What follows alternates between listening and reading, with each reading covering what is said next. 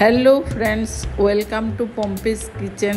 Friends, আজ আমি তোমাদের সাথে আরও একটি কুমড়ো শাক রেসিপি দেখাবো। তোমরা এইভাবে একবার ট্রাই করে দেখো, খুবই অসাধারণ হয়েছে খেতে। আমি একটু অন্য ধরনের বানিয়েছি। ফ্রেন্ডস, তোমাদের যদি এই রেসিপিটি ভালো লেগে থাকে তাহলে তোমরা আমার চ্যানেলটিকে লাইক করো, কমেন্ট করো আর শেয়ার করো। ফ্রেন্ডস, প্রথমে আমি কড়াইটি বসিয়ে গরম করে নিয়েছি। তাতে 1/4 কাপ মুগ ডাল দিয়েছি। দিয়ে আমি মুগ ডালটা হালকা করে ভেজে তুলে নিচ্ছি। এবার আমি কুমড়ো শাকগুলো এভাবে করে কেটে নিয়েছি। কেটে ভালো করে ধুয়ে নিচ্ছি। এদিকে আমার ডাল হালকা ভাজা হয়ে গেছে। এবার আমি ডালটা তুলে রেখে দেব।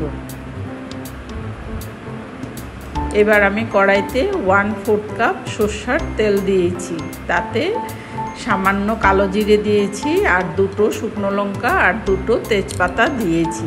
দিয়ে আমি ভালো করে নাড়াচাড়া করে নিচ্ছি। ফ্রেন্ডস, তোমরা এভাবে একবার বানিয়ে দেখো, খুবই অসাধারণ হয়েছে খেতে। এবার আমি সামান্য কুমড়ো ডুমো ডুমো করে কেটে নিয়েছি। আমি প্রথমে কুমড়োগুলো দিয়ে দিচ্ছি, মিষ্টি কুমড়ো দিয়ে হালকা নাড়াচাড়া করে নিচ্ছি।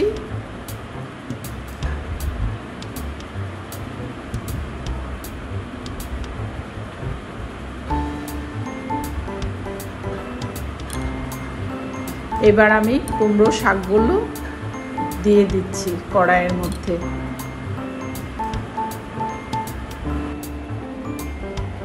ফ্রেন্ডস, তোমাদের যদি এই রেসিপিটি ভালো লেগে থাকে তাহলে তোমরা আমার চ্যানেলটিকে সাবস্ক্রাইব করো।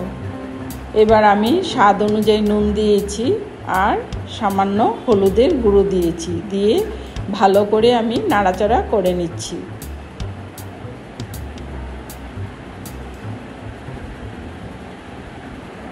ফ্রেন্ডস, তোমরা আমার চ্যানেলটিকে সাবস্ক্রাইব করে সবসময় পাশে থেকো। এবার আমি 5-6টি কাঁচা লঙ্কা কুচি করে কেটে দিয়েছি।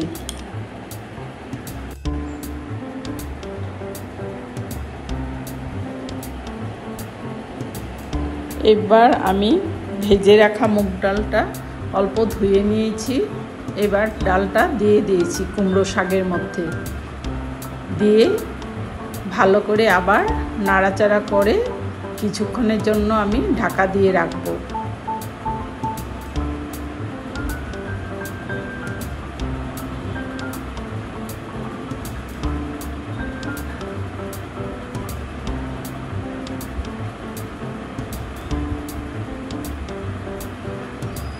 ফ্রেন্ডস, আমি জল দিয়েছি 2 কাপের মতো।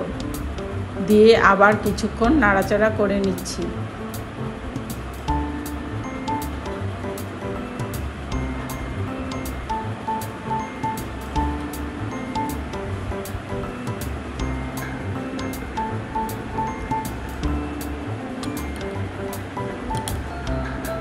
এবার ঢাকাটা তুলে দিয়েছি। ফ্রেন্ডস, তোমরা আমার চ্যানেলটিকে সাবস্ক্রাইব করে সবসময় তোমরা আমার পাশে থাকো। এবার আরও কিছুক্ষণের জন্য ঢাকা দিয়ে আমি ঢাকাটা তুলে দিয়েছি। আমার শাকগুলো বয়েল হয়ে গেছে আর ডালটাও হাফ বয়েল হয়ে গেছে। এবার আরও কিছুক্ষণ একটু নাড়াচাড়া করে নিচ্ছি। এবার 1/2 টেবিল স্পুন আমি জিরে গুঁড়ো দিয়েছি আর 1/2 টেবিল স্পুন আমি কালো জিরে গোলমরিচের গুঁড়ো দিয়েছি। 1/2 টেবিল স্পুন জিরে গুঁড়ো আর 1/2 টেবিল স্পুন গোলমরিচের গুঁড়ো দিয়েছি। দিয়ে আমি ভালো করে নাড়াচাড়া করে নিচ্ছি।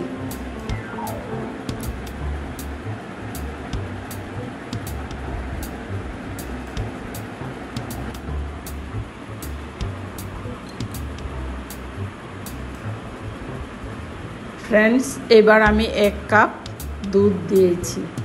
দিয়ে আবার কিছুক্ষণ নাড়াচাড়া করে নিচ্ছি।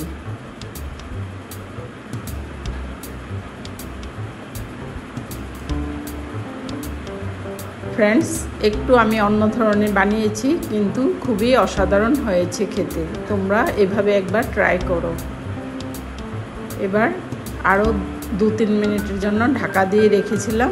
এবার ঢাকাটা তুলে দিয়েছি, দিয়ে আরও কিছুক্ষণ নাড়াচাড়া করে নিচ্ছি। ফ্রেন্ডস, কুমড়ো শাকের রেসিপি আমার মোটামুটি তৈরি হয়ে গেছে।